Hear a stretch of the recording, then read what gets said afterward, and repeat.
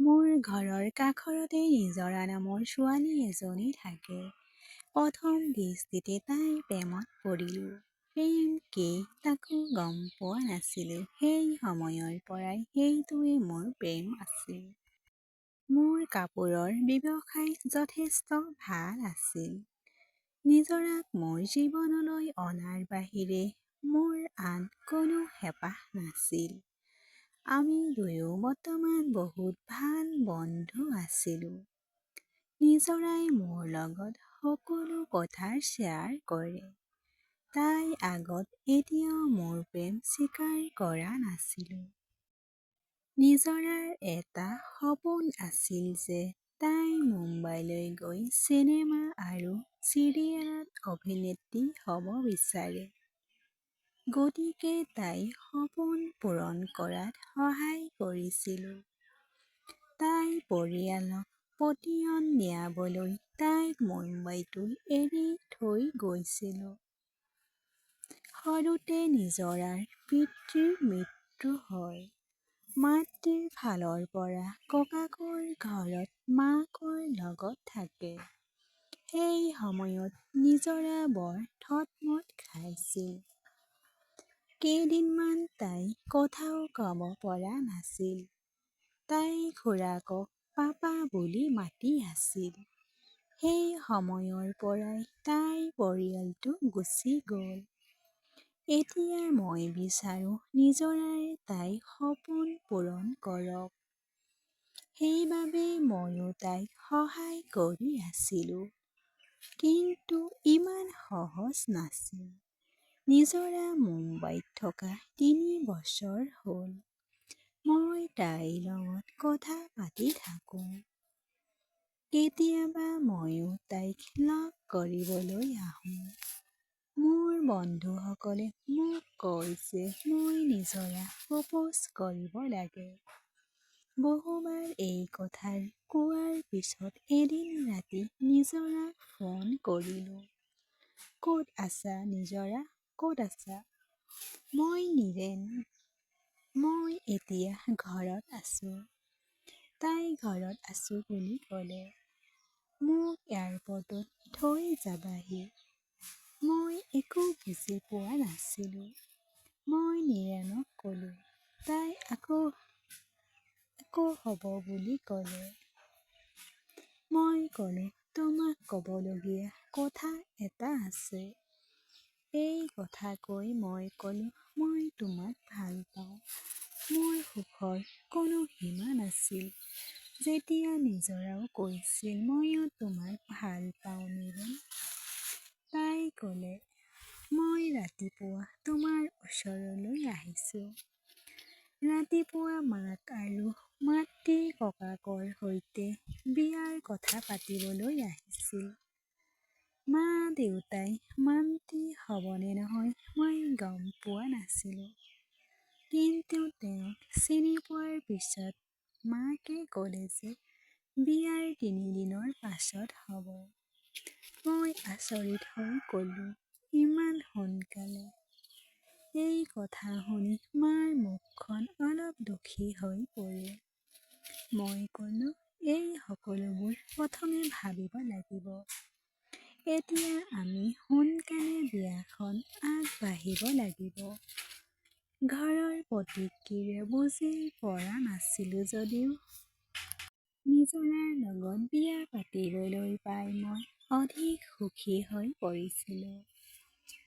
কিন্তু কিয় খৰখেদাকৈ হৈ আছে? এই বিষয়ে মই নাজানিছিলোঁ যদিও মই নাকচ কৰা নাছিলোঁ। বিয়াখনলৈ আৰু ৩ দিন বাকী আছিল। নিজৰাৰ চকুত বেলেগ ধৰণৰ মৰম দেখিবলৈ পালোঁ। এইটো আগতে দেখা নাছিলোঁ। আমাৰ বিয়া হ'ল। বিয়াৰ প্ৰথম ৰাতি আছিল। এই সকলোবোৰ যে সঁচা বুলি বিশ্বাস কৰিব পৰা নাছিলোঁ। নিজৰাৰ বিচনাত বহি আছিল। মোৰ কোঠাৰ দুৱাৰখন বন্ধ কৰাৰ লগে লগে তাই উঠি আহি মোৰ ওচৰলৈ আহিল। নিজৰাই আহি মোক সুধিলে কোনোবাই কিবা ক'লে নেকি? মই ক'লোঁ কি? নিজৰাই ক'লে, ময়ে নাকচ কৰিছিলোঁ যদিও তোমাক কোৱা নাছিলোঁ। মই নিজেই আজি আপোনাক ক'ব বিচাৰিছিলোঁ। তেতিয়া তাই কোৱা কথাবোৰ শুনি মোৰ মূৰত আকাশখন পৰি গ'ল যেন লাগিল। তাই গৰ্ভৱতী আৰু সন্তানটো মোৰ বুলি ক'লে। এই কথা কৈ থাকোঁতে তাই চকুত চকুলো ওলাই আহিল। আৰু এই কথা কোৱাৰ পিছত তাই মোক সাবটি ধৰিলে। কিন্তু এইটো কেনেকৈ হ'ব পাৰে? এইক মই প্ৰথমবাৰৰ বাবে সাবটি ধৰিছোঁ। এই সন্তানটো মোৰ কেনেকৈ হ'ব পাৰে? কিন্তু কিয় মোক মিছা কথা কৈছে নিজৰাই? সেই ৰাতি নিজৰাই মোৰ কান্ধত শুই আছিল। মোক কি বুজাব বিচাৰিছিলে ভগৱানহে জানে কি কথা কৈ আছিল। কিন্তু মোৰ অৱস্থা বেয়া আছিল। এতিয়া বুজিলোঁ কিয় ইমান খৰখেদাকৈ এই বিয়াখন কৰা হ'ল। এই শিশুটি মোৰ বুলি নিজৰাই কিয় সকলোকে ক'লে। সেইবাবে পৰিয়ালৰ লোকে ইমান সোনকালে বিয়াখনক হয় বুলি ক'লে। নিজৰাৰ প্ৰতি মোৰ বহুত মৰম আছিল। এতিয়া মোৰ এনে লাগিল যেন মই মূৰ্খ হৈ পৰিলোঁ। কিন্তু নিজৰাই যেতিয়াই এই কথা কৈছিল, তেতিয়াই তাইৰ চকুত সত্যতা আছিল। আৰু তাইও বাৰে বাৰে কৈছিল যে তাই মোক বহুত ভাল পায়। তাইও বৰ সুখী হৈছিল। এই সকলোবোৰ দুমাহ ধৰি দেখিলোঁ। এই সময়ছোৱাত মোৰ মনত কি চলি আছিল নাজানো। তাৰ পিছত এদিন ৰাতি নিজৰাক সুধিলোঁ, নিজৰা এই সকলোবোৰ কি? এইটো কাৰ সন্তান? তাই ক'লে, নীৰেন, ধেমালি কৰিছা নেকি?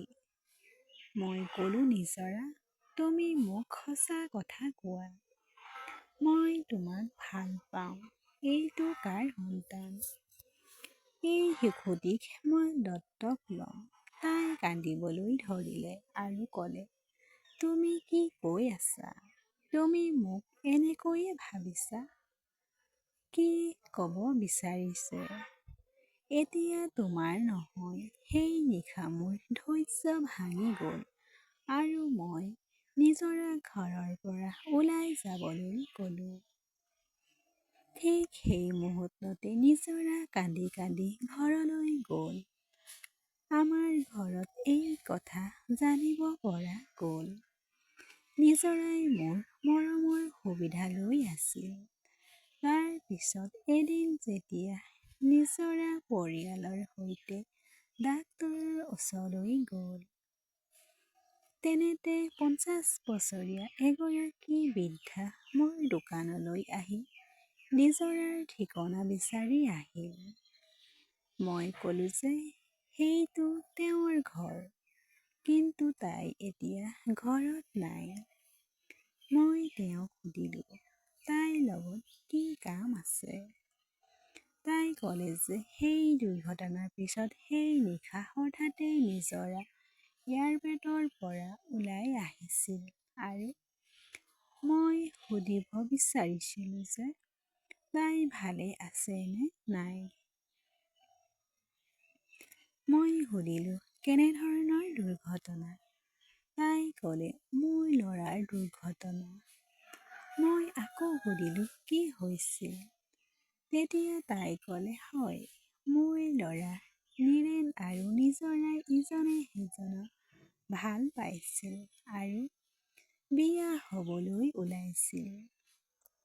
নৰেন আৰু মই নিজৰাৰ ঘৰলৈ আহিবলৈ ওলাইছিলোঁ। যেতিয়া ৰাস্তা পাৰ হৈ গৈ থাকোঁতেই মোৰ ল'ৰাটোৱে মোক বচাবলৈ এখন ডাঙৰ বাছৰ তলত পৰিল। দুৰ্ঘটনাটো ইমানেই ভয়ংকৰ আছিল যে একে সময়তে তাৰ মৃত্যু হৈছিল। নিজৰা তাৰ পৰাই গুচি গ'ল। মই তাইক ঠিকেই আছেনে নাই চাবলৈ আহিলোঁ। এতিয়া মই সকলো বুজি পালোঁ। নিজৰাই ভাল পোৱা ব্যক্তিজনৰ নামো আছিল নীৰেন। সি তাই চকুৰ সন্মুখত গুচি গ'ল। এই কথাত মই ইমানেই স্তম্ভিত হৈ পৰিছিলোঁ যে মুখেৰে এটা কথাও ক'ব পৰা নাছিলোঁ। কাৰণ তেওঁ মানি ল'বলৈ সাজু নহয়। এই সময়ত তাই থতমত খাই মোক নীৰেন বুলি গণ্য কৰি আছে। যেনেকৈ শৈশৱত মই মোৰ মাতৃৰ ফালৰ ককাক মোৰ দেউতাক বুলি গণ্য কৰি আছিলোঁ। সেইবাবে তেওঁৰ চকুত সত্যটো দেখা গৈছিল। ময়ো একে সময়তে তাইক ফোন কৰি প্ৰপ'জ কৰিলোঁ। সেইবাবে তাই এনেকৈ কথা পাতি আছিল। তাইৰ চকুত থকা মৰম এই নৰেনৰ বাবে নহয়, সেই নৰেনৰ বাবে। মই তেওঁক নিজৰাক লগ কৰিবলৈ নিদিলোঁ। তেওঁক ঘৰলৈ যাবলৈ ক'লোঁ। তাৰ পিছত মই ক'লোঁ, মই তাইৰ স্বামী, মই তাইৰ খবৰ ল'ম। নিজৰাৰ সকলো কথা মনত ৰখাটো মই বিচৰা নাছিলোঁ। নিজৰাৰ ঘৰলৈ আহি মই তাইৰ ওচৰলৈ উভতি গ'লোঁ। তাইক লগ পাই ক'লোঁ, নিজৰা, মোক ক্ষমা কৰিবা। তাই কান্দিবলৈ ধৰিলে আৰু ক'লে যে তুমি মোক এই অৱস্থাত সুখী কৰি ৰাখিব লাগে নে তুমি মোক কান্দিবলৈ বাধ্য কৰাব লাগে। তাইৰ কান্দোন দেখি মোৰো কান্দিব মন গ'ল। নিজৰাৰ এই অৱস্থাত কি কৰিব লাগে মই বুজিব পৰা নাছিলোঁ। মই নিজৰাক মিছলীয়া বুলি কৈ আছিলোঁ। কিন্তু মই গম পোৱা নাছিলোঁ যে তাই সত্য মানি লোৱা নাই। মই নিজৰাক পতিয়ন নিয়াই মোৰ ঘৰলৈ ঘূৰাই আনিলোঁ। এতিয়া মই তাইক অকলে এৰিব নোৱাৰিলোঁ। মই জানো যে তাই সেই নৰেনক ভাল পাইছিল, মোক নহয়। কিন্তু মই তাইক ভাল পাওঁ আৰু এই মুহূৰ্তত মই তাইক এই অৱস্থাত অকলে এৰি দিব নোৱাৰোঁ। মৰি থকা নীৰেন আৰু নিজৰাৰ সন্তানো কেনেকৈ দুখত থাকিব দিব পাৰিম। এতিয়া মই কেৱল নিজৰাৰ সুখী হোৱাটো বিচাৰোঁ। ইয়াৰ পিছত কি কৰিব আৰু তেওঁক ইয়াৰ পৰা কেনেকৈ উলিয়াই আনিব পাৰি, সেয়া চিন্তাৰ বিষয় আছিল। কিন্তু মোৰ বিশ্বাস আছে, মোৰ প্ৰেমে নিজৰাক একো হ'বলৈ নিদিয়ে। ধন্যবাদ বন্ধু-বান্ধৱীসকল। কাহিনীটো শুনি ভাল লাগিলে লাইক, কমেণ্ট, শ্বেয়াৰ আৰু ছাবস্ক্ৰাইব কৰি দিব।